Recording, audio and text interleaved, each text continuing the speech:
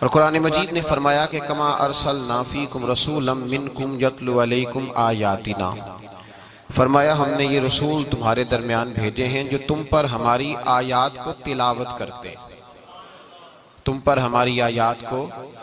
اور پھر ہوتا کیا ہے وَيُزَكِّيكُمْ، جب وہ تم پر ہماری آیات تلاوت کرتے ہیں تو اس کی برکت سے تمہیں پاک کر دیتے ہیں، قرآن مجید کی برکت سے تمہیں وَيُعَلِّمُكُمُ الْكِتَابَ وَالْحِكْمَةَ، اور تمہیں کتاب بھی سکھاتے ہیں اور حکمت بھی، کتاب بھی اور حضور وَيُعَلِّمُكُمْ مَا لَمْ تَكُونُوا تَعْلَمُونَ، اور تمہیں وہ سکھاتے ہیں جس کا تمہیں علم نہیں تھا۔ نبی پاک صلی اللہ تعالیٰ علیہ وسلم کتاب کا علم سکھانے، قرآن مجید سکھانے تشریف لائے، اور خود فرمایا حضور نے کہ میں استاد بن کے آیا ہوں اور میں تمہیں کتاب اللہ کی تعلیم دینے آیا ہوں۔ نبی پاک صلی اللہ تعالیٰ علیہ وسلم نے ہمیشہ لوگوں کو اللہ کے قرآن کی تعلیم ارشاد فرمائی۔ جو چیزیں سمجھ میں نہ آنے والی تھی لوگوں کی، وہ حضور نے تشریح کے ساتھ، توضیح کے ساتھ، حکمت کے ساتھ، توجہ ہے نا میری بات پر آپ دوست، حکمت اور دانائی کے ساتھ محبوب نے وہ باتیں دلوں تک اتاری۔ نبی پاک صلی اللہ تعالیٰ علیہ وسلم نے، اب جہاں پڑھایا جاتا ہے اس ادارے کا کوئی نہ کوئی نام ہوتا ہے، رسول پاک صلی اللہ علیہ وسلم نے درس و تدریس کے لیے سب سے پہلے ایک جگہ کا انتخاب فرمایا جو حضرت ارقم کا گھر تھا، اسے دار ارقم کہا جاتا تھا۔ دار ارقم کے اندر نبی پاک صلی اللہ علیہ وسلم نے تعلیم و تعلم کا سلسلہ شروع کیا۔ ابتدائی لوگ جو حضور سے دین کی تعلیم لینے والے، حضرت ابوبکر صدیق رضی اللہ تعالیٰ عنہ، حضرت عمار بن یاسر رضی اللہ تعالیٰ عنہ، حضرت مصعب بن عمیر رضی اللہ تعالیٰ عنہ، حضرت جناب سیدنا عمر فاروق رضی اللہ تعالیٰ عنہ، مکی زمانے میں جتنے لوگ مسلمان ہوئے وہ جس مدرسے میں جا کے تعلیم حاصل کرتے تھے اس کا نام دار ارقم تھا۔ وہاں بیٹھ کر وہ دین کی تعلیم لیتے تھے، دار ارقم اس کو کہا جاتا تھا۔ اس کے اندر نبی پاک صلی اللہ علیہ وسلم نے ایک ماحول بنایا، اگرچہ چھپ کے لوگ آتے تھے، لوگوں کی نظروں سے چھپ کے آتے تھے، لیکن وہاں آتے تھے اور آ کے پڑھا کرتے تھے۔ دار ارقم کے بعد جب معاملات آگے بڑھے اور سید عالم صلی اللہ تعالیٰ علیہ وسلم نے پسند فرمایا کہ ماحول کو بڑھایا جائے تو حضور تھوڑا باہر نکلے، پھر حالات کشیدگی کی طرف بڑھے۔ اللہ پاک نے اپنے محبوب کو مدینے کی جانب ہجرت کرنے کا حکم ارشاد فرما دیا۔ حضور مدینہ طیبہ تشریف لے گئے۔ وہاں جا کے حضور نے جو سب سے پہلا کام کیا وہ کیا تھا؟ بول کے بتائیں۔ مسجد حضور نے بنائی، مسجد قباء کی بنیاد رکھی۔ پھر سید عالم صلی اللہ علیہ وسلم جب مدینہ شہر میں گئے تو حضور نے مسجد نبوی کی بنیاد رکھی۔ یہ مسجد پورا مرکز تھی دین کا۔ جو کام ہم مسجد سے لیتے ہیں نا، وہ تو یہ ہے کہ نماز پڑھنے چلے گئے، جمعہ پڑھنے چلے گئے، بڑے خیر کے کام ہیں۔ ہاں اگر کبھی قسم اٹھانی ہوئی، کسی کو کہنا ہوا قسم اٹھا، تو پھر چلے گئے، یہ بھی ایک رواج ہے۔ صحابہ کرام نے مسجد سے جو کام لیا وہ یہ تھا کہ انہوں نے اپنی نجی زندگی سے لے کر قومی زندگی تک، اپنے ذاتی معاملات سے لے کر معاشرتی معاملات تک سارے کے سارے مسجد کے ساتھ جوڑ دیے۔ نبی پاک صلی اللہ علیہ وسلم ان کی ذاتی باتیں بھی مسجد میں بیٹھ کے انہیں بتاتے تھے، قومی، معاشرتی، عالمی باتوں کے بارے میں بھی حضور مسجد میں بیٹھ کر ارشاد فرماتے ہیں۔ سیاست میں ناپاکی اس وقت آئی ہے جب سیاست مسجد سے نکل گئی ہے۔ سیاست مسجد سے، بولیے اب کدھر گئی ہے؟ اللہ جانے کہاں کہاں گھوم رہی ہے، کیا حال ہو گیا ہے۔ اقبال کہتے ہیں کہ جلال بادشاہی ہو یا جمہوری تماشا ہو، جدا ہو دین سیاست سے تو رہ جاتی ہے چنگیزی۔ ہلاکو خان یا چنگیز پیدا ہوتے ہیں جب دین اور سیاست کو الگ الگ کیا جاتا ہے۔ سارے کام مسجد میں ہوتے تھے۔ حضور صلی اللہ علیہ وسلم نے محسوس کیا کہ کچھ لوگ تو آتے تھے ضروریات کا علم سیکھنے، طالب العلم فریضۃ علی کل مسلم، ضروریات کا علم سیکھنا ہر مسلمان پر فرض ہے۔ وضو، غسل، پاکی، پلیدی، نماز، حج فرض ہو جائے تو حج، زکوٰۃ فرض ہو تو زکوٰۃ کے مسئلے سیکھنے فرض ہو گئے، شادی کرتا ہے تو نکاح، طلاق، حیض و نفاس کی باتیں سیکھنی ضروری ہو گئیں۔ یہ تو ہر مسلمان پر، ایک ایک کل دین کا سیکھنا وہ فرض کفایہ ہے کہ پورے شہر میں سے 2-1 لوگ بھی سیکھ لیں تو سب کی طرف سے وہ فرض ادا ہو گیا۔ اب حضور چاہتے تھے کہ پورا دین بھی لوگ سیکھیں. صحابہ میں سے کچھ تاجر تھے، صنعتکار تھے، کھیتی باڑی کرنے والے تھے، وہ شام کو آتے تھے، کچھ وقت گزارتے تھے. محبوب کا ارادہ ہوا کہ کچھ ایسا ادارہ قائم کیا جائے، کچھ ایسے لوگ ملیں جو یہیں رہیں ہمیشہ. خاص بات ہے، خاص توجہ سے سنیں. آج یہ ایک بہت بڑا اعتراض اٹھایا جا رہا ہے، اس پر سیر حاصل گفتگو کر رہا ہوں سمجھانے کے لیے. نبی پاک صلی اللہ علیہ وسلم نے دیکھا کہ وہ کچھ وقت کے لیے کچھ لوگ آتے ہیں، ان کو حضور مسجد میں وقت دیتے، ان کی بات سنتے، ان کو بھی پورا دین سکھاتے. پھر حضور نے الگ سے ایک ادارہ قائم کیا، ایک یونیورسٹی اسلام کی بنائی. مسجد نبوی کے ساتھ حضور نے ایک چبوترا بنایا، کھجور کے تنے کھڑے کر کے اوپر کھجور کے پتوں کی چھت ڈال دی. اس کو میرے نبی پاک نے صفہ کا نام دیا.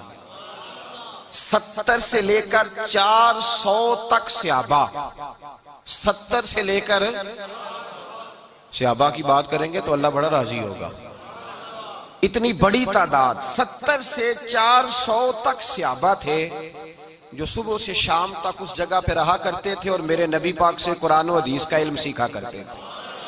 اسلام کا سب سے پہلا مدرسہ، سب سے پہلا ادارہ، سب سے پہلی یونیورسٹی میرے نبی پاک صلی اللہ علیہ وسلم نے مسجد نبوی کے بالکل ساتھ قائم فرمائی. حضور نے مسجد کے ساتھ اسے قائم کیا. اس یونیورسٹی میں طالب علم پڑھتے تھے. طالب علموں کے نام کیا تھے؟ سیدنا عمر فاروق رضی اللہ تعالی، حضرت ابو ہریرہ رضی اللہ تعالی، حضرت عبداللہ ابن عمر رضی اللہ تعالی. سبحان اللہ، کیسے حسین ستارے ہیں. حضرت بلال بھی اسی مدرسے کے طالب علم تھے. حضرت سلمان فارسی کہنے لگے حضور عمر تو بڑی ہو گئی ہے، مجھے بھی داخلہ مل جائے گا. فرمایا آجا، ہر عمر کے لیے داخلہ کھلا ہوا ہے. یہاں ہر عمر کا، ہر نہج کا، ہر رنگ کا، ہر نسل کا، یہ سارے 70 کے 70 حضور سے قرآن سیکھنے بیٹھتے. تو مدینے کے چاند کی نظر اٹھتی تو حضور فرماتے انہیں معمولی نہ سمجھنا، الصحابی کالنجوم، یہ تو سارے میرے ستارے ہیں. یہ ستارے ہیں، ستارے. خوبصورت آنگن گلشن حضور نے بنایا. ایک مدرسہ قائم ہو گیا، اس میں پڑھنے لگے یہ لوگ. قرآن مجید نے ان لوگوں کا ذکر کیا. قرآن مجید کہتا ہے کہ ان کے کپڑے دیکھ کے، ان کا اٹھنا بیٹھنا دیکھ کے لوگ، سورۃ بقرہ پڑھیے گا، لوگ انہیں مالدار سمجھتے ہیں. یہ سفید پوش ہیں، لوگ مالدار سمجھتے ہیں. ان کے چہروں سے لگتا ہے کہ بڑے مالدار ہیں. وجہ کیا ہے؟ لا یسألون الناس الحافا. فرمایا یہ لوگوں سے لپٹ لپٹ کے سوال نہیں کرتے، یہ کھڑا کر کر کے مانگتے نہیں کہ میں بھوکا ہوں مجھے دو. انہوں نے اپنی سفید پوشی اپنے رب کے ساتھ راز رکھا ہوا ہے. یہ ان کی تعریف کی، ان لوگوں کی. میرے رسول کائنات صلی اللہ علیہ وسلم نے اس مدرسے میں طلباء کو پڑھایا. کس طرح پڑھایا؟ حضرت عبداللہ ابن عمر فرماتے ہیں 8 سال میں پڑھتا رہا اور ایک سورۃ بقرہ نبی پاک سے میں نے مکمل کی. کیا جی؟ بچے آتے ہیں مدرسے میں، کہتے ہیں استاد جی کورس کتنا کا؟ 8 سال. کہتے ہیں ہو بڑا لمبا ہے. حالانکہ اس میں پورا قرآن ہے، حدیث ہے، تفسیر ہے، اصول حدیث ہے، اس کے اندر صرف ہے، نحو ہے، بلاغت ہے، سارا کچھ ہے. پورا کورس 8 سال. حضرت عبداللہ ابن عمر کہتے ہیں میں نے نبی پاک صلی اللہ علیہ وسلم سے 8 سال میں صرف سورۃ بقرہ پڑھی، اور جب میری مکمل ہو گئی تو میرے ابا جی جناب عمر نے اونٹ ذبح کر کے صحابہ کی دعوت پکائی. اونٹ ذبح کر، کتنے راضی ہوئے میرے والد گرامی. حضرت عبداللہ ابن عمر نے علوم حاصل کیے. پھر اس کا فائدہ کیا ہوا کہ مدینے میں جس آدمی نے حضور کے وصال ظاہری کے بعد مسئلہ پوچھنا ہوتا تھا، عبداللہ ابن عمر سے جا کے لوگ پوچھا کرتے. وہ مفتی مدینہ، مفتی مکہ، مفتی حجاز کے نام سے معروف ہوئے. یہ یونیورسٹی رسول پاک نے قائم فرمائی. اس یونیورسٹی میں پڑھنے والوں کا طریقہ کیا تھا؟ یہ سننی ہے بات. آپ لوگ سمجھتے ہیں کہ یہ ایسے ہی لوگ ہیں، بس کوئی پرسانے حال ہی نہیں. وہ جو لوگ وہاں رہتے تھے ان کا ذریعہ معاش کیا تھا؟ لوگ آگے پوچھتے ہیں مولانا آپ کام کیا کرتے ہیں؟ تنزن پوچھتے ہیں. یہ بچے روٹی کہاں سے کھاتے ہیں؟ آؤ نبی پاک صلی اللہ علیہ وسلم کے مدرسے کے طلباء کی روٹی کا طریقہ سنو. حضرت ابو ہریرہ فرماتے ہیں رسول پاک نے ہمیں اپنے مالدار صحابہ پر تقسیم کر دیا تھا. فرماتے ہیں کوئی 10 کو ساتھ لے جاتا تھا، کوئی 12 کو ساتھ لے جاتا تھا، کوئی 13 کو ساتھ لے جاتا تھا. ابو بکر صدیق 70 کو لے جایا کرتے تھے. 70 طالب علموں کو لے جاتے تھے اور جا کے کھانا کھلایا کرتے تھے.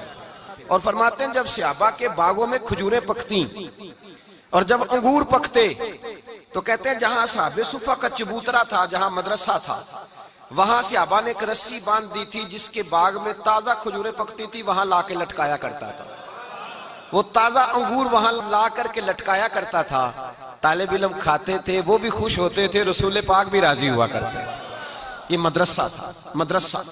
اور حضرت ابو ہریرہ فرماتے ہیں ہم طالب علم تھے، ہمارے وجود پر کپڑے بھی پورے نہیں ہوتے تھے، کسی کے پاس تہمد ہوتی تھی تو کرتا نہیں ہوتا تھا، کسی کے پاس کرتا ہوتا تھا تو اسی کو تہمد بنا لیتا تھا، لباس بھی پورے نہیں، کھانے کے لیے چیزیں بھی پوری میسر نہیں۔ فرماتے ہیں آج فقیر وہ لوگ بن گئے، کوٹیاں لمبی چوڑی بنائی ہوئی ہیں اور اربوں خربوں روپے کا ان کے پاس آستانے اور دربار ہیں، تو مدرسے کا ناظرے کا بھی نہیں، اور کہتے ہیں ہم فقر سکھا رہے ہیں۔ فقر تو وہ ہے جو مدارس میں سکھایا جاتا ہے، فقیری وہ ہے جو مدارس میں سن لیں۔ اب مولوی بیچارہ بالکل معرفت سے دور ہو گیا ہے، اور جس کو معرفت کا ترجمہ نہیں آتا وہ معرفت والا ہو گیا ہے۔ نیرنگیے سیاست دوران تو دیکھیے، یہاں منزل انہیں ملی ہے جو شریک سفر نہ تھے، عجیب چکر چل گیا۔ الگ الگ لوگوں نے تفسیر، صوفی کس کو کہتے ہیں، درویش کس کو کہتے ہیں؟ جب مولوی اپنے علم پر عمل کرے اور عمل میں مخلص ہو جائے تو وہی اللہ کا ولی ہوا کرتا ہے۔ بس اتنی سی تعریف ہے، یہی حضرت مجدد صاحب نے کی ہے، یہی غوث اعظم نے کی ہے، یہی شیخ شہاب الدین سہروردی نے کی ہے، یہی تفسیر خواجہ معین الدین اجمیری نے فرمائی ہے، یہی تمام صوفیاء نے فرمائی ہے۔ اب اس مدرسے کے اندر حضرت ابو ہریرہ فرماتے ہیں کبھی تو صحابہ لے جاتے اور کبھی یہ حال ہوتا تھا کئی دن روٹی نہیں ملتی تھی، غربت، فقر، درویشی۔ حضرت ابو ہریرہ، وہ بڑی پیاری حدیث ہے صحابہ صفہ کی، حضرت ابو ہریرہ رضی اللہ تعالیٰ عنہ فرماتے ہیں کہ بڑی بھوک لگی تھی، کئی دن بیت گئے، کھانے کو چیز ہی کوئی نہ ملی، کھانے کو شے ہی کوئی نہ ملی، کئی دن گزر گئے۔ فرماتے ہیں کہیں سے ایک دودھ کا پیالہ آیا، میرے مصطفیٰ کریم نے دست مبارک میں پکڑا، میری نظر پڑی تو میرا دل کرے سارا مجھے ہی مل جائے۔ کتنے پیالے دودھ کے؟ ایک پیالہ، سارا مجھے مل جائے۔ کہتے ہیں حضور نے فرمایا ابو ہریرہ بھوک لگی ہے؟ میں نے کہا حضور بتا نہیں سکتا اتنی لگی ہے۔ تو حضور نے فرمایا پیچھے کتنے لوگ ہیں؟ کہ حضور 70 ہیں، 70 اصحاب صفہ ہیں، 70 طالب علم ہیں۔ فرمایا سارے ہی بلا کے لے آ۔ حضرت ابو ہریرہ کہتے ہیں میں جا بھی رہا تھا اور پریشان بھی تھا، 70 پیئیں گے تو بچے گا کیا؟ بچے گا کیا بچے گا؟ کہتے ہیں میں گیا، بلا کے لایا، اور لا کر کے نا لائن میں کھڑے کر دیے تو رسول پاک نے مجھے پکڑایا۔ میرا خیال تھا کہ پہلا نمبر میرا ہوگا پینے کا، لیکن حضور نے فرمایا تو ساقی بننا، ساقی جو ہوتا ہے وہ آخر میں پیا کرتا ہے، تو اس طرح کر کے شروع ہو جا، وہاں سے پلانا شروع کر۔ حضرت ابو ہریرہ کہتے ہیں پہلے کو میں نے دیا، وہ جب پیتا جاتا تو میری نظر دودھ پہ تھی، وہ پیتا جا رہا تھا، میری نگاہ دودھ پہ تھی، کتنا رہ گیا، کتنا کم ہو گیا۔ فرماتے ہیں اس نے سیر ہو کے پیا، اور تھوڑا سا نا اس نے ہچکچاہٹ محسوس کی کہ دوسرے ساتھی کے لیے بھی چھوڑ دوں۔ کہتے ہیں جب اس نے لبوں سے اتارا تو میرے مصطفیٰ کے لب کھلے۔ فرمایا شرما نہ، رج کے پی، سیر ہو کے پی۔ حضور نے صحابی سے فرمایا سیر، اب تنگی داماں پہ نہ جا، اور بھی کچھ مانگ ہے، آج وہ مائل بہتا، اور بھی کچھ مانگ، چل پی۔ کہتے اس نے سیر ہو کے پیا تو حضور نے فرمایا چل ابو ہریرہ اب اس طرح کر، دوسرے کو دے۔ حضرت ابو ہریرہ فرماتے ہیں انہوں نے بھی پیا تو ہچکچا کے نہ تھوڑا پی کے چھوڑا۔ حضور نے فرمایا ڈر نہ، کھول کے پی، کھول کے پی، یہ آستانہ نور کی خیرات ہے، یہ کم نہیں ہوا کرتی، یہ رسول اللہ صلی اللہ علیہ وسلم کا دیا ہوا تبرک ہے، اس کے اندر کمی نہیں ہوتی۔ فرماتے ہیں ایک نے پیا، 2 نے پیا، 70 نے پیا۔ فرماتے ہیں جب میری باری آئی تو حضور نے فرمایا پیو، چونکہ میرے دل میں تو خیال تھا نا پہلے ملے گا، تو دیر ہو گئی انتظار کرتے، 70 بندوں کی لائن ہو تو مشکل تو ہو ہی جاتا ہے۔ فرماتے ہیں اب جب میں نے پیا تو میرے مصطفیٰ نے کہا چل ابو ہریرہ تھوڑا اور پی لے۔ فرماتے ہیں اور پیا، میں نے سیر ہو کے پیا، رج کی پیا تو حضور نے چل تھوڑا اور پی لے۔ فرماتے ہیں اور پیا تو حضور نے فرمایا چل یار فکر نہ کر، اور پی لے، تھوڑا سا پی لے، اور پی لے۔ اے ساقی تیری خیر، تیرے میں کدے کی خیر، اے ساقی تیری خیر، تیرے میں کدے کی خیر، ایسی پلا کہ جس کا نشہ عمر بھر رہے۔ کہتے ہیں کہ نہ انکار کری اج ساقی، اج موسم بڑا سہانا، مستی دا ہن می برسا دے، نہیں پیاس دا کوئی ٹھکانا، تیرے کول شراب پرانی تے ساڈا درد بھی بڑا پرانا، آزم ہس ہس ٹال نہ سانو، اسی پیتیوں باج نہیں جانا۔ کہا اور پیو، اور پیو۔ کہتے ہیں کھل کے پیا۔ جب میں سیر ہو گیا نا تو میں نے کہا یا رسول اللہ اب تو میرا پیٹ باہر آ گیا ہے، اب نہیں میں پی سکتا. تو مصطفیٰ کریم نے فرمایا لا پھر میں پیتا ہوں. 71ویں نمبر پہ میرے رسول نے پیا. ہمارے شیخ استاد جب حدیث پڑھایا کرتے تھے نا، فرماتے تھے یہ تو ساری دنیا بیان کرتی ہے، ساری دنیا ایک دودھ کا پیالہ 70-71 نے پیا. اور یہ بھی بیان کیا کرو کہ 2 جہاں کے سردار ہیں اور 70 غلاموں کا جھوٹا پی رہے ہیں.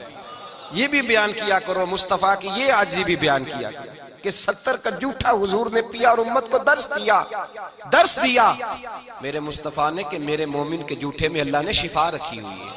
یہ شفا ہے، حضور کا فرمان ہے. اصحاب صفہ کہتے ہیں کہ 70 کو ایک پیالہ اس رنگ میں ہم نے تعلیم حاصل کی. اور جب تعلیم حاصل کر چکے تو پھر میرے نبی نے ڈیوٹی لگائی، فرمایا بلیغوا انی ولو آیا. اب میدان میں نکلو، ایک آیت لو اور نکل جاؤ. پھر مدارس قائم ہوئے. حضرت معاذ بن جبل اگر آ کے دمشق بیٹھتے تھے تو وہاں رسول اللہ کی حدیثوں کا درس دیتے تھے. حضرت مولا علی اس مدرسے سے فارغ التحصیل تھے، وہ کوفے گئے تو وہاں انہوں نے مدرسہ قائم کیا. جہاں صحابی وہ صحابہ جہاں بیٹھتے تھے نا، جو بیٹھا ہوتا تھا وہ یونیورسٹی ہوتا تھا، جو بیٹھا ہوتا تھا وہ یونیورسٹی تھا، ادارہ تھا. وہ چلتے پھرتے لوگ ادارے بن گئے. اس ادارے کا فیض آگے بڑھا. تابعین کا زمانہ آیا تو سب سے پہلا نمبر حضرت امام اعظم ابو حنیفہ کا تھا. اس مدرسے میں پڑھنے والے امام ابو مالک جیسے لوگ تیار ہوئے، امام محمد جیسے لوگ خوش اچین ہوئے. امام عبد الرزاق نے وہاں سے پڑھا اور پھر امام عبد الرزاق سے حضرت امام بخاری نے پڑھا. اور امام بخاری نے پھر امت کو حدیث کا پورا اسلوب دیا، طرز زندگی دیا. پھر مدارس قائم ہونے لگے، حکومتیں مدرسے قائم کرتی. حضرت عمر بن عبدالعزیز نے اپنے دور حکومت میں درجنوں، بیسیوں، سینکڑوں مدارس قائم کیے. عالم کی تنخواہ اتنی تھی جتنی صوبے کے گورنر کی ہوتی ہے. کہ نہیں ہے تھوڑے گورنر کی تنخواہ پتا جی؟ گورنر ہاؤس نہیں بندہ پیدل پھر سکتا، تنخواہ تو دور رہ گئی. تو مولوی کے حجرے کے اندر اگر لائٹ نہیں لگ جائے تو سارا محلہ پوچھنے آ جاتا ہے کتوں لوا لیجیے، تو بتی لوا لی. اتنا بڑا کام کر لیا. گورنر ہاؤس پیدل. حضرت عمر بن عبدالعزیز رحمت اللہ تعالی علیہ نے گورنر اور خطیب کی تنخواہ ایک برابر کی. لوگوں نے کہا حضور یہ کیا ہے؟ فرمایا وہ دنیا داری چلاتا ہے، یہ رسول اللہ کا دین پڑھاتا ہے، یہ نبی پاک کے رنگ سے لوگوں کو آگاہ کرتا ہے، یہ حضور کے جلوے دکھاتا ہے. اس کی باتیں سنتے سنتے دل نور والا بنتا ہے اور رسول اللہ کے جلوے نظر آنے شروع ہو جاتے ہیں. تو میں اس کی یہ مدارس کا ایک پورا سلیبس بنایا گیا. اب باری آ گئی ہماری، بالخصوص پاکستان اور ہندوستان کی. انڈیا کے اندر پھر بھی مدارس کے ساتھ گورنمنٹ کا رویہ کچھ اور طرح کا ہے. ہمارے ہاں کوئی گورنمنٹ کوئی مدرسہ نہیں چلاتی. جو مدرسے گورنمنٹ چلاتی ہے وہ بھی اپنے مقصد کے لیے چلاتی ہے، دین کے لیے نہیں چلاتی. جن مدارس کو گورنمنٹ فنڈ دیتی ہے اس سے مقصد جو بھی گورنمنٹ دیتی ہے، میں نام نہیں لیتا، اور یہ سارے کرتے ہیں. ایک طرف شور کرتے ہیں فلانا مدرسہ دہشت گرد ہے، سب کو پتا ہے کس کا مدرسہ دہشت گرد ہے. اب بتانے کی ضرورت آپ کو پتا ہے کہ نہیں؟ پکی بات ہے. جن کو پتا ہے وہ ہاتھ کھڑا کریں. دہشت گرد مدرسوں کا جن کو پتا ہے، تو اتنے سارے بندوں کو پتا ہے. جنہوں نے نہیں نا ہاتھ کھڑے کیے وہ ساتھ والے سے پوچھ لینا، بتا دے گا، وہ بتا دے گا ساتھ والے کو. پتہ ہے نا جی آپ حضرات. اب گورنمنٹ ہماری ان مدارس کو فنڈ دیتی ہے اس لیے کہ بغل بچہ تنظیمیں بنا کے رکھنا چاہتی ہے. اگر گورنمنٹ چاہے تو کوئی دہشت گرد مدرسہ کبھی بھی آگے بڑھ سکتا. جب آپ اتنے سارے لوگوں کو پتا ہے، مجھے پتا ہے، تو ان کو نہیں پتا؟ سب کو پتا ہے کون دہشت گرد ہے. جو اہل حق کے مدرسے ہیں، اہل حق کے، ان مدارس کو نہ گورنمنٹ کو فنڈ جاری کرتی ہے نہ باہر سے کوئی ایڈ آتی ہے. مدرسہ ایک پوری ضرورت ہے. اور مدرسے کی حاجت کیا ہے؟ آپ تراویح کے لیے جب رمضان شریف شروع ہوتا ہے تو حافظ کی ڈیمانڈ کرتے ہیں. حافظ کی. میرے بھائی جب آپ گھی لینے جاتے ہیں تو آپ کو یہ تو پتا ہوتا ہے نا گھی بنتا کہاں ہے، خریدیں گے کیسے، اس کی ساری صورتحال کا آپ کو پتا ہے. پاکستانی کوئی بھی نہیں کہے گا کہ گھی والی انڈسٹری بند کر دو، اس لیے کہ گھی کے بغیر ہنڈیاں نہیں پکتی. آپ فوری طور پہ ان چیزوں کا پتہ رکھتے ہیں. حافظ مانگتے ہو، حافظ کہتے اچھا قاری ہونا چاہیے، اچھا قاری، قرآن پاک اچھا پڑھنے والا. کیوں حضرت؟ اچھا قاری، اچھا حافظ. تو سوال یہ ہے کہ اچھا قاری پیدا کہاں ہوگا؟ کہاں پیدا ہوگا اچھا قاری؟ اسکول میں، کالج میں، دربار پہ؟ کہاں پیدا ہوگا؟ نہیں بول کے بتائیں تو مدرسہ کون چلائے گا؟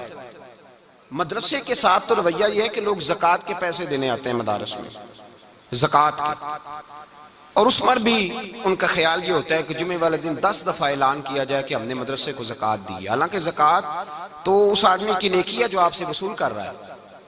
آپ پڑھیں اٹھا کے بزرگوں کو، اس پر بھی 10 دفعہ 20 دفعہ 100 دفعہ لوگ سوچتے ہیں، اور پھر جا کر کے لوگ اس طرف توجہ کرتے ہیں۔ مدارس اسلامیہ ذبح حالی کا شکار ہے۔ آپ کو عالم کی ضرورت ہے۔ مجھے بتلائیے، بچے کی پیدائش سے لے کر کان میں اذان دینے سے لے کر جنازے تک ڈیوٹی کون سا انجام دیتا ہے؟ اور جب حالات بگڑ جاتے ہیں، مسائل بن جاتے ہیں، میں 3 دفعہ طلاق کہہ بیٹھا ہوں، میں یہ کر بیٹھا ہوں، ادھر ہو گیا ہوں، تو مسائل کون بتاتا ہے؟ تو عالم کہاں پیدا ہوگا؟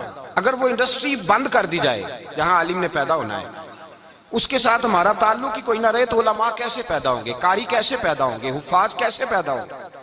جب آپ کسی چیز کی تشکیل میں دلچسپی نہیں رکھتے۔ اور یاد رکھیں، حافظ پیدا ہوں گے، قاری پیدا ہوں گے تو لفظ محفوظ رہیں گے، عالم پیدا ہوں گے تو قرآن کے معنی محفوظ رہیں گے، اور اللہ نے یہ ذریعہ بنایا ہے ان کی حفاظت کا۔ علماء بڑی ضروریات ہوتی ہیں میرے بھائی، بڑی ضروریات ہوتی ہیں۔ ایک عالم کی کتاب اس زمانے میں اتنی مہنگی ہے کہ کتاب تک پہنچنا مشکل ہو گیا۔ میں نے پہلے بھی بات عرض کی تھی، میں نے ایک حدیث فتاوی رضویہ سے ایک دفعہ جمعے میں سنائی، میرے پاس کچھ لوگ آئے، کہنے لگے مولانا یہ حدیث آپ نے سنائی ہے، ہمارے مولوی صاحب کو تو 25 سال ہو گئے خطبہ دیتے، کبھی نہیں سنائی انہوں نے، تو ان کو بھی چاہیے نا پڑھیں اور سنائیں۔ میں نے کہا مولانا کی تنخواہ کتنی؟ کہنے لگے 8,000 روپیہ۔ تو میں نے کہا جس کتاب سے میں نے حدیث سنائی ہے وہ کتاب ہی 14,000 کی آتی ہے، تو مولوی کہاں سے سنائے آپ کو؟ وہ بچوں کی روٹی پوری کریں یا آپ کو حدیث سنائے؟ یہ ابھی تراویحوں کا مسئلہ ہو رہا نا، صبح شام اعلان ہوتے ہیں علماء کی خدمت کرو، اور پھر دعویٰ ہوتا ہے 25,000 روپیہ دیا ہم نے مولوی صاحب کو۔ وہ میرے بھائی تو کپڑے تو لینے جا بازار کیا؟ اور مدارس کے طلباء کی کیا؟ پہلے تو مجھے شکوہ یہ ہے، اتنا سوتیلا مذہب ہے کہ کوئی آدمی اپنا ذہین اور پڑھا لکھا بچہ مدرسے لے کے نہیں آتا، لاتا ہی نہیں۔ جو بالکل سمجھتے ہیں نہ کام کر سکے گا نہ یہ اسکول پڑھے گا، اس کو مدرسہ میں لا کے داخل کراتے ہیں، اور پھر پرسان حال کوئی نہیں مدارس اسلامیہ کا، کوئی پوچھنے والا نہیں۔ اور مدرسوں کے محتمم، ان کا تو اللہ بھلا کرے، وہ ویسے ہی مدرسہ بنا کے فارغ ہوتے ہیں، بچے سے انہیں کوئی دلچسپی نہیں، الا ماشاءاللہ ان کو دلچسپی اس چودھری سے ہے جو مدرسے کے ساتھ تعاون کرے گا۔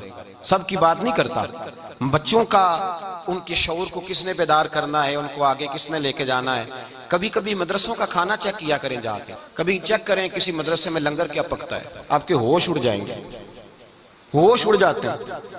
ہم مدرسے میں پڑھا کرتے تھے تو ایک دن بچوں کو شرارت سوجھی۔ اس وقت جو شرارتیں ہوتی ہیں وہ بڑی زبردست ہوتی ہیں، بلکہ وہ نئی ایجاد ہوتی ہیں طالب علمی کے زمانے میں۔ تو دال کھاتے کھاتے، میں تو ویسے بھی مدرسے میں امتحان کے دنوں میں رہا کرتا تھا، ابا جی کہتے تھے کہ گھر میں آ کے کھانا کھانا ہے، اس مدرسے میں پڑھنا ہے جہاں بندہ شام کو آ جائے۔ کچھ عرصے رہنا پڑا مدرسے میں، تو وہ دال جو تھی نا، وہ دال نہیں ملتی تھی پر دال پکی ہوتی تھی۔ اس دال میں دال، پتہ نہیں آپ کو سمجھ آئی ہے بات کی کہ نہیں، دال میں سے دال میسر۔ اور کئی دفعہ ایسے ہوتا تھا کہ سویرے سحری کا وقت ہوتا تھا یا ناشتے کا وقت ہوتا تھا، تو استاد کہتے تھے نہ پانی پا کے ابالی ہے تو پھر خراب نہیں ہوتی۔ تو اب وہ ان کا حکمت تھی سمجھانے کی، تو ہم بھی اس حکمت کو سمجھ جاتے تھے، پانی ڈال کے ابال لیتے تھے تو وہ بالکل ہی دال ختم ہو جاتی تھی، پتہ نہیں کیا بچتا تھا۔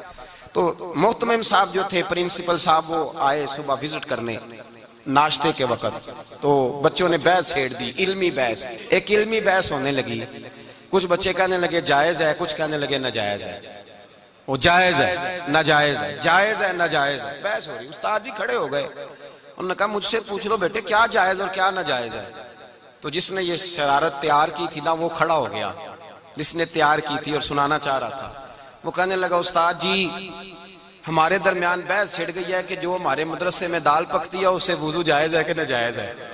تو یہ بحث چھڑ گئی ہے، مسئلہ حل نہیں ہو رہا، تو آپ ذرا ہمیں وضاحت کر کے بتا دیں جائز ہے کہ ناجائز ہے۔ تو استاد فرمانے لگے بڑے نالائق ہو، کل انشاءاللہ تعالی جو دال پکے گی وہ اچھی پکے گی، مجھے سمجھ آ گئی ہے تم کیا بتانا چاہ رہے ہو.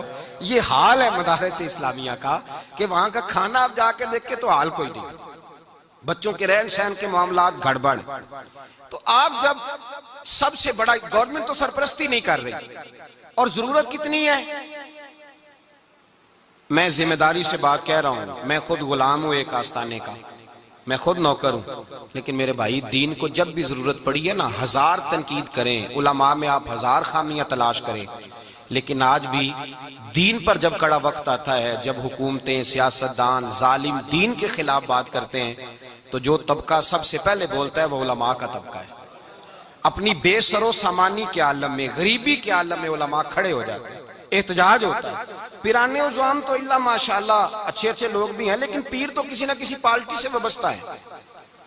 بڑے بڑے پیرانے عظام تو کسی نہ کسی پارٹی میں ہے, کوئی پیپلز پارٹی میں ہے, کوئی نون لیگ میں ہے, کوئی تحریک میں ہے, کوئی کسی میں ہے, کوئی کسی میں ہے. وہ تو سارے مست ہیں, ان کا تو معاملہ ہی نہیں, وہ تو ادھر آتے ہی نہیں. وہ تو کہتے ہیں مولوی کو کیا پتا ہوتا ہے, ہم نے کوئی معرفت یاد کر لی, اللہ جانے وہ کس بلا کا نام معرفت رکھا ہوا ہے. میرے بھائی یاد رکھیں, مدارس اسلامیہ اور قرآن, آپ مارکیٹ میں چلے جائیں, کوئی ہماری حکومت نے پریس نہیں لگایا ہوا, کوئی پریس نہیں کہ یہاں دینی کتابیں چھپیں گی, یہ دین کے لیے ہم کام کر رہے ہیں, کوئی شے نہیں. آپ بازار میں جا کے کہیں کہ مجھے دین کے فلانے موضوع پہ کتاب چاہیے, ایک نہیں آپ کو درجنوں کتابیں ملیں گی, اور جب آپ کتاب کھول کے دیکھیں گے تو پتہ چلے گا اس نے لکھی ہے جو کسی مدرسے کے حجرے میں بیٹھا کرتا تھا, جو کسی مسجد کے حجرے میں بیٹھا تھا, اسی نے پروف ریڈنگ کی, اسی نے کام کیا. کتابیں بھی مدرسے لکھتے ہیں, حافظ بھی مدرسے پیدا کرتے ہیں. دین کے بارے میں اگر کوئی پراپوگنڈا ہوتا ہے تو اس کا جواب بھی. اور ایک جج صاحب کے میں نے یہ ریمارک سنے, ایک مولانا پہ کیس ہو گیا, یہ سپیکر اب اللہ خیر کرے, مولوی صاحب ایک ہمارے دوست ہیں, تو وہ کہتے ہیں لاؤڈ سپیکر پہ غلطی سے دو چار جملے جمعے کے میں کہہ بیٹھا, مجھے اندازہ ہی نہیں تھا کہ باننی ہوا, خود بیان کرتے ہیں. تو کیس ہو گیا, لے گئے پولیس والے پکڑ کے, کہتے ہیں جب میں جا رہا تھا نا تو میری مسجد کی کمیٹی والے کہنے لگے حضرت جی فکر نہ کیجئے گا, نمازیں ہم پڑھ لیں گے, اب نمازوں کی فکر نہیں کرنی, انشاءاللہ ہم آئیں گے آپ کے پیچھے. یہ ظلم کی حد ہے. اور اب وہ کیس ہو گیا, تو جب عدالت میں گئے تو کہتے ہیں جج صاحب کے ریمارکس کیا تھے. جج صاحب کہنے لگے اس پولیس آفیسر سے, اور تو تمہارے ہتھے کوئی نہیں چڑھتا, یہ مسکین مولوی جو کانپ رہا ہے تمہارے سامنے, شرم کا مارا کہ میں پولیس کی گاڑی میں بیٹھا ہوں گا تو لوگ پتہ نہیں کیا سمجھیں گے, کس جرم میں جا رہا ہے, کیا لوگ سمجھیں گے, اللہ جانے کیا کیا سوچیں. اس جج کے ریمارکس تھے. وہ کہنے لگا یہ علماء شور کرتے ہیں تو دنیا بچی ہوئی ہے, اگر یہ علماء اپنی مساجد میں, محافل میں, جلسوں میں شور نہ کرو, تم تو گلیوں میں ننگے ہو کے پھرنا شروع کر دو, جو تمہارا حال ہو گیا. یہ تو بیچارہ ایک طبقہ ہے, اور ہمارے ملک میں بہت سارے گناہ کرنے کو تیار ہیں حکمران, لیکن مدارس اسلامیہ اسلام کے قلعے بنے ہوئے ہیں, ان مدارس کے لوگ کھڑے ہو جاتے ہیں. ہاں کچھ طبقہ دہشت گردوں کا ہے, لیکن سارے نہیں, وہ تو آٹے میں نمک کے برابر ہے, ایک جھٹکے میں ختم ہو سکتے ہیں. اہل حق کی کثرت ہے. جب بھی حکمران کو زیادتی کرتے ہیں تو مدارس کے لوگ میدان میں نکلتے ہیں, اور علماء نے اپنی ذاتی حیثیتوں سے مدرسے قائم کیے, ہمت کر کے, جد و جہد کر کے. یقین کریں مانگنا مشکل ہو جاتا ہے. زندگی میں 2-3 لوگوں سے مجھے کہنے کا موقع ملا, 2-3 لوگوں سے مجھے ذاتی طور پہ مدرسے کے لیے کہنے کا موقع ملا, ورنہ میں ذاتی طور پہ نہیں کہتا. اس کے بعد ہی توبہ کر لی. ایک صاحب سے میں نے کہا کہ مدرسے کے ساتھ کچھ تعاون کریں, تو کہنے لگا مجھے کسی نے کہا کہ آپ جائیں, ان کا کہنا ہے کہ وہ آئیں گے تو میں کچھ کروں گا. میں چلا گیا, میں نے اس کو جا کے کہا کہ یار مدرسے کے ساتھ کچھ تعاون کرو. کہنے لگا مولانا میرا پیسہ 1 نمبر نہیں ہے, 1 2 3 نمبر ہے, تو میں نے ویسے رکھا ہوا ہے آپ کے لیے تو میں دے دوں گا, ویسے 1 2 3 نمبر ہے.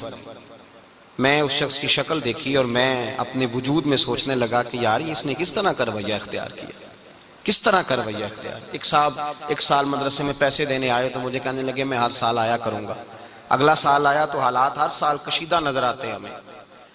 میں نے اس کو ٹیلی فون کیا کہ صاحب آپ نے کہا تھا میں ہر سال آؤں گا. کہنے لگا مجھے دکھ ہوا ہے. کسی اور ساتھی کو کہنے لگے مجھے دکھ ہوا ہے, وہ تو مجھے شرمندہ کر رہے ہیں. ایک صاحب مجھے تیسرے صاحب مجھے گھر آ کے کہنے لگے کہ جب آپ کو ضرورت پڑے کسی اور کو نہیں کہنا, مجھے اطلاع دینی. میں نے اطلاع دی تو اس نے کچھ نہیں تو 100 آدمی کو بتایا کہ اور میں نے پھر پوچھا, میں نے کہا بھائی میں نے تمہیں ذاتی کام بتایا تھا, تم نے 100 جگہ پہ بات کی اور تم کہہ کے نہیں گئے تھے. نہیں وہ تو ایسے میں نے کہا تھا. آپ یقین کریں رسوائی کا عالم ہے, ایسے تلخ حالات میں ہم وقت گزارتے ہیں، اور ہمارے مدارس کے بچے اس طرح زندگی بسر کرتے ہیں، اور ہم خود ان صحبتوں سے گزر کے آئے ہیں، ہم خود ان صحبتوں سے گزر کے آئے ہیں۔ ہم نے وہ رنگ دیکھا ہے کہ ہمارے استاد گرامی نے تفسیر روح البیان کا ترجمہ کیا تو چھاپنے کے لیے پیسے نہیں تھے، انہوں نے اپنے گھر کی چارپائیاں بیچ ڈالی، اضافی برتن نکال کے بیچ ڈالے، ایک بیٹی کا جہیز بنا کے رکھا تھا، کہنے لگے بیٹے تیری شادی میں سال ہے، اگر تو اجازت دے تو میں بیچ لوں، میری عمر بھر کی کمائی ہے، میں چاہتا ہوں میری زندگی میں چھپ جائے۔ اس قدر دکھ اور تکلیف اور آزمائش کے ساتھ علماء گجرانوالہ میں ہمارے ایک دوست مولانا تھے، ان کا بیٹا بڑا اچھا پڑھتا تھا، لاہور میں بڑا صحیح چل رہا تھا، صحیح سمت چل رہا تھا، اچانک اس بچے نے چھوڑ دیا، کہنے لگا میں نے نہیں پڑھنا۔ اور ہم لوگوں نے نا علماء کے لیے حکم لگایا کہ تم نے درویش رہنا ہے، تم نے نام سے یہ کہنا ہے کہ میں نے موٹر سائیکل پہ گاڑی بیٹھنا، خبردار تمہارا حق نہیں ہے، نہ تم نے اچھے کپڑے پہننے ہیں، تمہارا حق نہیں، نہ ہمیں یہ پتا چلے کہ تم اچھے گھر میں بیٹھو، تمہارا نہیں حق۔ یہ نمائندے ہیں، یہ رسول اللہ کے جانشین ہیں، یہ ہیں جن کے بارے میں نبی پاک صلی اللہ علیہ وسلم نے فرمایا جس نے عالم کی زیارت کی سمجھے میں نے اپنے رسول کا دیدار کیا ہے۔ یہ ہے جن کے بارے میں حضور نے فرمایا جس نے عالم کو سہارا دیا سمجھے میں نے اپنے رسول کی بارگاہ میں حاضری دی ہے۔ یہ ہے جن کے یہ کنز المال میں میں حدیث میں لفظ دکھاؤں گا، نبی پاک نے فرمایا جس نے کسی عالم کی صحبت اختیار کی وہ سمجھ لے میں نے اپنے نبی کی سنگت اختیار کی ہے، اور فرمایا جو میری سنگت میں بیٹھا سمجھے میں رب کی بارگاہ میں بیٹھا ہوا ہوں۔ اتنا بڑا اس آدمی کا درجہ ہے جس کو کھڑا کر کے پوچھا جاتا ہے کہ وہ تو گاڑی میں بیٹھا ہوا تھا تو بتا گاڑی کہاں سے آئی۔ مولوی صاحب کو تو بالکل ان کو اجازت نہیں ہے، اور ایسی عجیب۔ وہ مولانا مجھے ٹیلی فون کرنے لگے، کہنے لگے میرا بیٹا آپ سے بڑا متاثر ہے، آپ کا بڑا حیا کرتا ہے، مدرسہ چھوڑ گیا ہے، لائق بچہ، A1 ذہن اور A1 تعلیم اس بچے کی، آپ سمجھائیں۔ میں ملنے گیا، میں نے جا کے کہا بیٹے آپ اتنا اچھا پڑھ رہے تھے چھوڑ کیوں گئے؟ کہنے لگے نہیں میں نے دوست سے بات کر لیا، میں کوریا جا رہا ہوں۔ میں نے کہا بیٹے دین پڑھو، اس میں بڑی برکت ہے۔ کہنے لگے چھوڑ دیں آپ، کیا پڑھا ہے آپ نے، کیا کمایا ہے آج تک، مجھے گنوائیں۔ میرے ابے کو 22 سال ہو گئے مسجد میں، کیا ہے؟ میں نے کہا یار ساری باتیں ٹھیک ہے لیکن جو اللہ رسول اعزاز دیتے ہیں وہ تو بھی ہمیں نظر میں رکھنا چاہیے نا۔ کہنے لگے آپ رکھتے ہیں، میں رکھتا ہوں، لوگ نہیں رکھتے۔ میں نے کہا وجہ تو بتا۔ کہنے لگے 22 سال سے مسجد کی چھت پہ ہمارا مکان ہے، 4 بہنیں ہیں، بہن کا رشتہ دیکھنے لوگ آئے تھے، اور وہ بی بی جس نے میری بہن کی ساس بننا تھا وہ مسجد کے اندر اس نے پیر رکھا، اور جب وہ رشتہ دکھانے والی نے کہا نا سیڑھیوں پہ جانا ہے تو کہنے لگی ہائے ہائے یہ مسجد میں رہتے ہیں، میرا بیٹا آئے گا تو کہاں رہے گا۔ کہنے لگے میری بہن قرآن مجید کی حافظ، میری بہن عالم، میری بہن قاریہ، لیکن اس کی غلطی صرف اتنی تھی کہ اس کا ابا مسجد میں رہتا تھا۔ مجھے کہنے لگے حضرت جی وہ وہیں کھڑے کھڑے میری تہجد گزار بہن کے بارے میں کہہ کے گئی ہم نے نہیں رشتہ کرنا، میرا بیٹا مسجد میں آئے گا، میں نے نہیں یہاں بیٹا بیانا۔ کہتے ہیں وہ میں سن رہا تھا، 2 بوتلیں ہاتھ میں پکڑے، میں مسجد کے ستون کے ساتھ کھڑا تھا، تو وہ بی بی رشتہ کرانے والی کہنے لگی ایک دفعہ دیکھ تو لے بیٹی کو۔ کہنے لگی تو کہتی ہے میں دیکھ لیتی ہوں پر انکار یہی ہے، ہم نے رشتہ نہیں کرنا۔ کہنے لگے میں نے اٹار کے ٹوپی پھینک دی ہے، میں نہیں پڑھوں گا مذہب، یہ دے رہا ہے مذہب ہمیں، کیا غلطی ہے ہماری۔ بچہ چھوڑ کے چلا گیا، لیکن مجھے اس کی باتیں کبھی کبھی راتوں کو بھی یاد آتی ہیں۔ مدارس اسلامیہ کے ساتھ زیادتی اور ظلم، اور مجھے شکوہ کسی حکومت سے نہیں، ان کا تو حال یہ ہے، مجھے شکوہ تو ان لوگوں سے ہے، ان لوگوں سے شکوہ ہے جو اپنے گھر کے اندر عالی شان بلڈنگوں میں رہتے ہیں، لیکن مدارس کے بارے میں ان سے بات، بڑی جگہ پیسہ خرچ کرنے کو ہے، بڑا کچھ ہے ہمارے پاس، آپ کو پتہ نہیں۔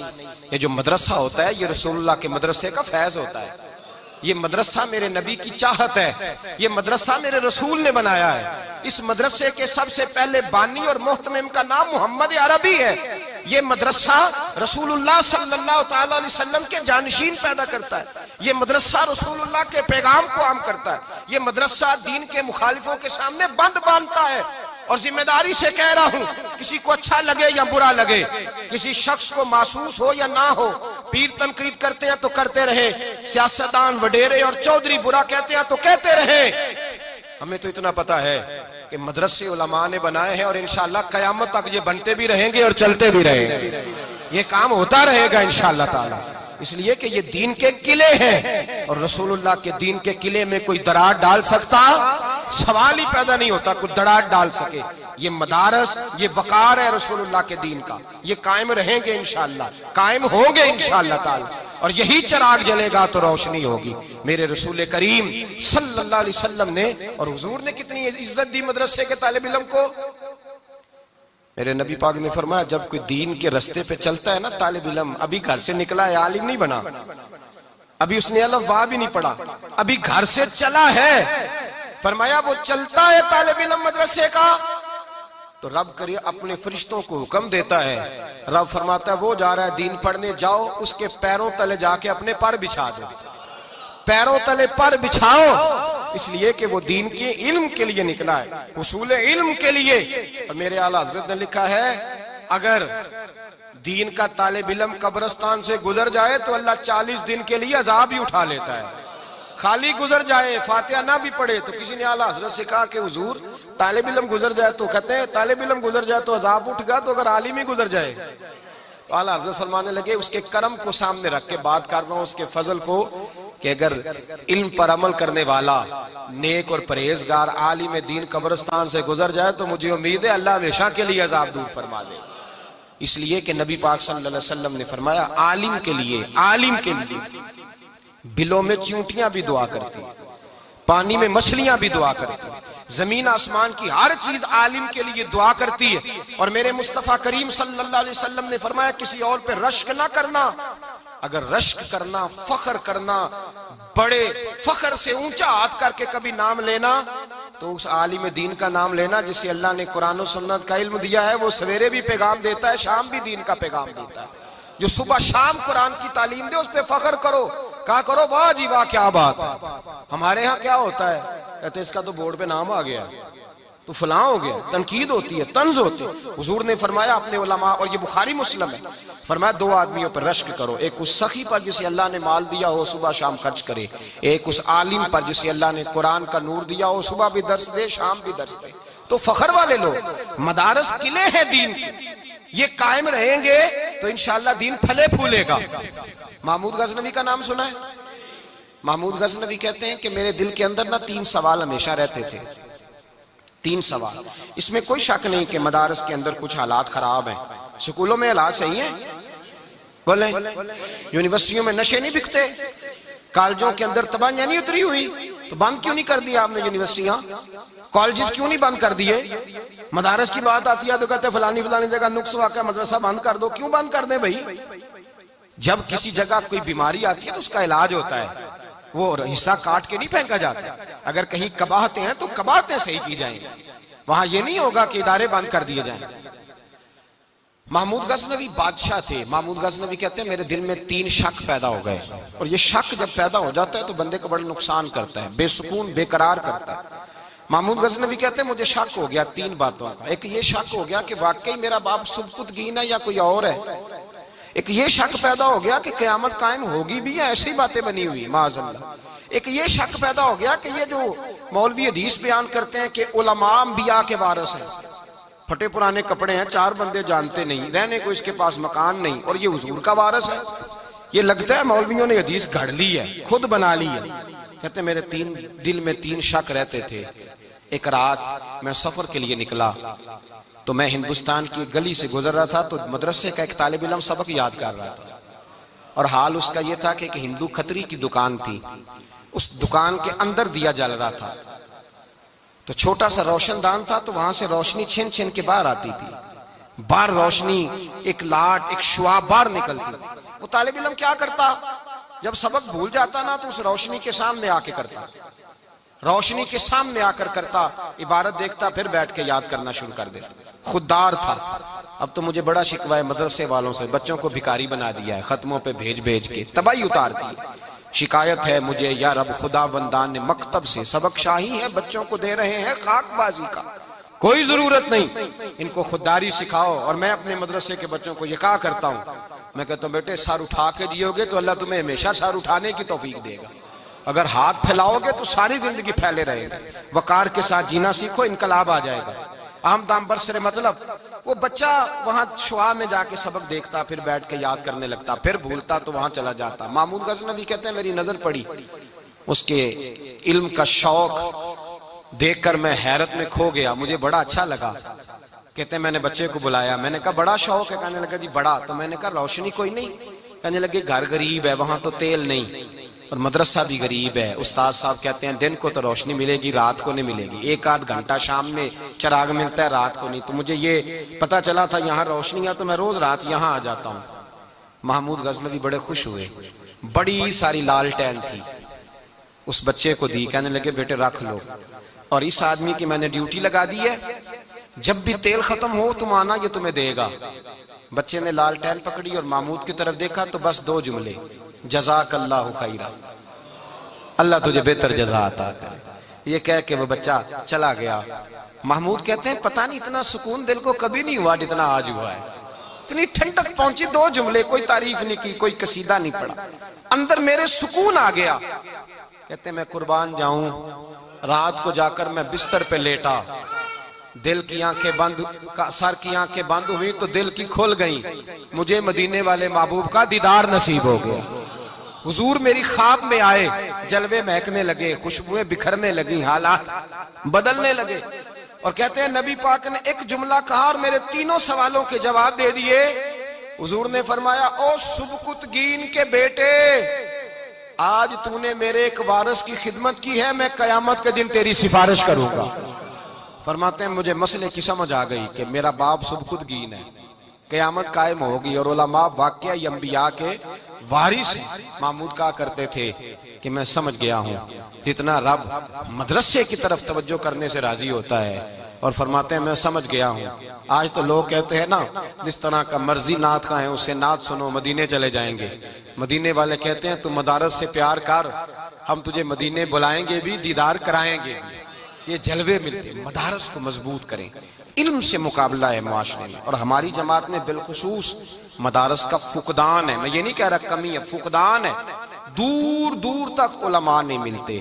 مدارس کے اندر خاطر خواہ سہولیات ہونی چاہیے، قرآن و سنت پڑھنے والوں کو تو زیادہ سہولیات ملنی چاہیے۔ لوگ اپنی جان پر ظلم کر کے بچوں کو اسکول کالج میں مشقت کر کے 18 گھنٹے نوکری کر کے پڑھاتے ہیں، لیکن مدرسے کی جانب توجہ نہیں کرتے۔ مدارس قلعے ہیں، ان کو کبھی دہشت گرد کہہ کے بدنام کیا جاتا ہے، کبھی خشک ملا کہہ کے بدنام کیا جاتا ہے، کبھی کہا جاتا ہے کہ یہ بوجھ ہے معاذ اللہ تعالیٰ، معاشرے پہ بند ہو جانے چاہیے۔ ایک صاحب میرے پاس آئے، آپ پڑھے ہوئے کتنا ہے؟ میں نے کہا میرے پاس ڈگری ہے درسیات کی۔ نہیں آپ پڑھے کتنا ہے؟ میں نے کہا جو دین کا ڈگری لے کے آتا ہے، اس کے پاس سند ہوتی ہے، اس سے آپ کیا پوچھنا چاہتے ہیں کہ نہیں اسکول کتنا پڑھے ہوئے ہیں؟ میں نے کہا آپ کتنا پڑھے؟ میں نے بی اے کیا ہوا ہے۔ میں نے کہا ادھر آئیں بیٹھیں، آپ نے بی اے کیا ہوا نا، تو میں اپنے مدرسے کا ایک طالب علم جس کو پہلا سال ہے اس کو بٹھاتا ہوں آپ کے ساتھ، جو پہلا سال ہے، 8ویں سال والا نہیں، تو 2-4 باتیں آپ سے کرے گا، اور اردو ادب کی، عربی ادب کی 2-4 باتیں تو آپ ڈسکس تو کر کے دیکھیں۔ ایک عالم دین اس نے مکمل درسیات کا کورس پڑھا ہوا ہے، اس سے لوگ کھڑا کر کے پوچھتے آپ کی تعلیم کتنی ہے؟ حد ہو گئی بھائی۔ اور پھر مسجد کا صدر ٹیسٹ لیتا ہے، علامہ صاحب کا ٹیسٹ صدر صاحب لیتے ہیں، وہ والے صدر صاحب جن کو ٹیسٹ کا ترجمہ بھی نہیں آتا، جن کو یہ بھی نہیں پتا کہ عالم کے معنی کیا ہوتے ہیں۔ ستا اٹھ کے کوئی نہیں خوش ہوتا،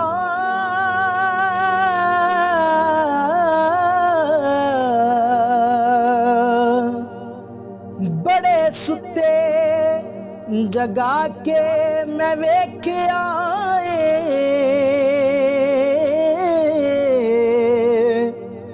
کتے جیا نہیں کوئی وفادار ڈٹھا،